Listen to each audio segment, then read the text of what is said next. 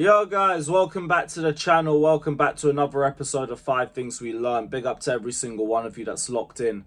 Apologies for the lateness. It took 9 hours to get back from Munich to London. I am exhausted as hell.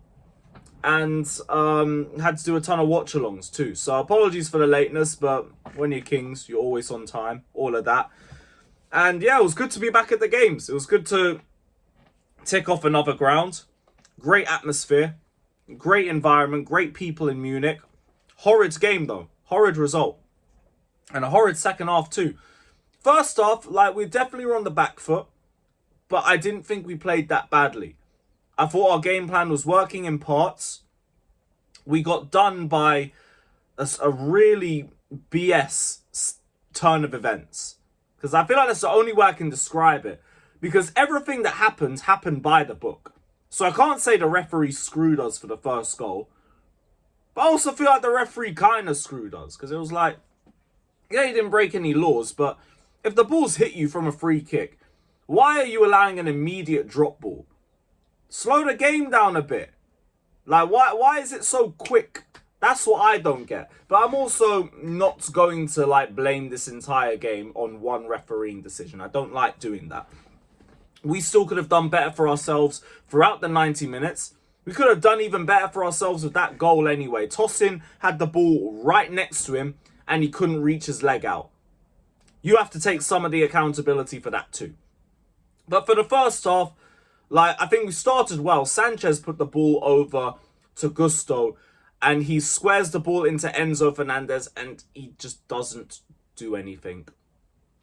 And this frustrates me from minute one, because if he takes that chance, we are looking at a completely different game. Because suddenly we're the ones in control. Suddenly Bayern are the ones on the back foot and they're the ones that are going to have to put the quick response. And that would settle our nerves in what was a very big atmosphere and a big experience for these players as well. Because Bayern, their overall UCL appearances are around 500, 600 as the squad. Chelsea's is about 60 from the stats that I saw leading up to this game. Their experience showed, because this game honestly was only won in moments. This was a moments game, and the Champions League is all about moments. You win games, you lose games, you win the entire tournament based on moments. We gave them the moments. Not off that first goal. The second goal, people are going to argue whether it's a pen or not. I kind of think it's a pen, or I kind of understand why it was given. Even though if I think Kane goes down a little bit easily, Caicedo makes it easy for him to go down easily, if that makes sense. And obviously Kane's going to score the penalty after that. We respond perfectly, by the way. Immediate response from Caicedo. He helps set up the attack that leads to Cole Palmer's goal, which he takes perfectly. But then we leave at 2-1 and we're doing pretty well, but we're not being as effective as we should in moments. There's sloppiness on the left-hand side from Neto. He's not getting involved in the game at all. You've got Enzo Fernandez, who's absolutely struggling out of possession. Same thing with Reece James, who just doesn't look comfortable in the midfield. João Pedro, he's not getting involved in the game. Only little moments. And Gusto, great game on the right-hand side, but there was one moment that just wound me up so much when he cut inside on the right hand and Pedro made a darting run across the defence and he decided to shoot with his weak foot. My brother, you have never scored a career goal.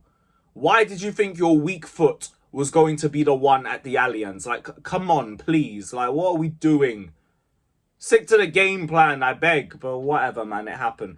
But the one thing I saw going into half-time was that, the energy levels were starting to drop. We weren't starting to press as continuously as we used to. And we come out into the second half and the pressing is just even worse. Off the ball, we're even worse. And Bayern are just taking complete advantage of it. And, that was my first point that I was going to lead to. And I don't want it to be an excuse, because I see it more as a consequence. And I don't mind it because we won the World Cup. But I do think the lack of a pre-season is affecting us a lot more than what I personally thought it was going to be. And I think games like this, it's just shown it as well. Off the ball, we look off it. The players like Enzo Fernandez, they're not getting themselves up to speed. And in terms of the squads as a whole, they're not really handling playing games within a tight turnaround like we usually do. And it's something that we're going to have to deal with and work around, and I'm fine with it. This is the toughest game that we're going to have in the Champions League run anyway. But it does seem like that lack of a pre-season and just the amount of fixtures that we're playing might be catching up on us a little bit.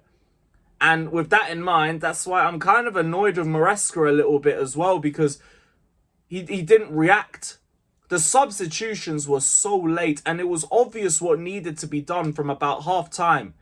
One of Enzo or James had to come off, and Andre Santos comes into the team. I could have seen Garnacho come on for Neto at half-time. Garnacho had a better game than Neto solely because he didn't rush his decisions and because he tried to go straight to goal whenever he had the ball. That was all that I needed to be better than Neto's performance. So that could have been changed. But we didn't make any changes until the third goal. Now, you can debate whether it's Chalobah or Gusto who's the reason behind it. I kind of look at both of them. I think Chalobah gives a very light pass to him. And Gusto's touch is just, for a pass that light, how was it bobbled off you like that? I just don't get it. I don't get it at all. But by that point, game was already done. Bayern was seeing the game out through pure experience. And our heads had just dropped from that point. Because again, I just think we're drained. I really just think we're drained. These are why the changes needed to come on a bit earlier. Santos comes on. I really think he gave us a bit of life in the midfield. He gave us a bit of energy, bit of physicality. He found Cole Palmer for a good goal. If it was just a bit earlier, it would have been onside. But it was a promising cameo from him. Esteval, he might still be ill. It is what it is. It's a shame. We had a new Esteval chant lined up for him in the away and we were trying to get going. And that would have been a nice one for it. Ooh, oh, Ariayo. Esteval, Esteval, Esteval. I'm going to try to keep that for a future away game. But, yeah, he only got 10 minutes. I'm assuming it's because he's still recovering from his illness. At least that means he's fit for United. I want to throw him into the lineup. And I want to throw Andre Santos in for Enzo as well. Because I think Enzo just needs a little bit of a break. And I want to see this Caicedo and Andre Santos pivot in the Prem from a start. I want to see how it works. But yeah, we gave away way too many moments. Way too many moments in this game. And we looked completely exhausted. I do want to talk about some positives though. Because it has been a bit negative so far. And understandably so. So my second point, Robert Sanchez.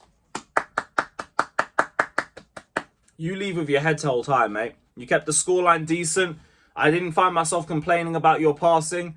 I think in a team full of a lack of experience in the Champions League and also a bit of fear, I think, you looked very composed. And I don't find myself saying that a lot about you, so fair play. Fair play. I think you did your job well. Also, Cole Palmer. What more can I ask of you? I just feel like I wish you had Esteval next to you for a bit longer in that game. I think maybe you would have been able to have a bit more support because I don't think you had that in that forward line. No one else was getting any sort of joy in that game except you. Big game Palmer, man. First game back in the Champions League and you just remind everyone who you are. Lovely, lovely stuff. I'm really happy. Fourth point. Now, we did speak about earlier, but I might as well just put it down as a point. But we gave away way too many moments. I think that's ultimately what the game comes down to. Because our heads just dropped at 3-1 and you could tell we were never getting back into the game. But at 2-1, we do look like there's a chance. Just changes needed to be made earlier. Maresca, man, you needed to make quicker changes. It was just too little too late at that point. But we move. My final point, though, I feel like it's the most important one. People need to calm down. Because now, sky is falling gimmick has already started. You've got the rivals trying to downplay Chelsea's Club World Cup. They're calling it all sorts of names, pre-season trophy. We've heard what Jamie Carragher's been saying. We've heard other people calling it some destructo crap and all of that. We're world champions, like it or not. So, cry about it, hate it, try and undermine it as much as you want. Don't argue with me, argue with FIFA. We are your kings for 4 years. Deal with it.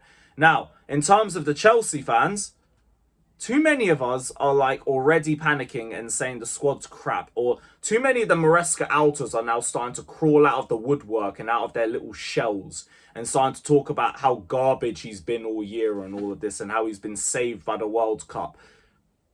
You know, this is our first loss with 11 men since mid-March. I think we've had about 3 losses in about our last 20, 25 games or something like that. Like, yeah, this was a bit of a wake-up call. I do think it was a bit of a wake-up call, but I don't think it was anything more than that. Like, we know the quality of our squad. I don't know why that's now starting to get put into question. The problem is the problems that we all already knew and that we didn't address. Centre-back and in goal.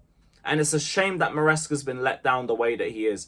But it doesn't mean that the squad isn't good enough to beat anybody on their day. We've literally seen it against PSG in the cup final. We've seen it against Liverpool at home. We've seen it and the performances against multiple big teams last season. And we know that the team's progressing as well. We just need the team to get back to sharpness. And we've got a good run of games ahead. I know Old Trafford away is a horrid away for us, but it's ultimately a crap United side. Go win there, beat Lincoln, beat Brighton. We're back on form. So that's what needs to be done. But big up to every single one of you that's locked in. Hit the like button, subscribe. Let me know your thoughts down in the comment section below. And yeah, world champions out.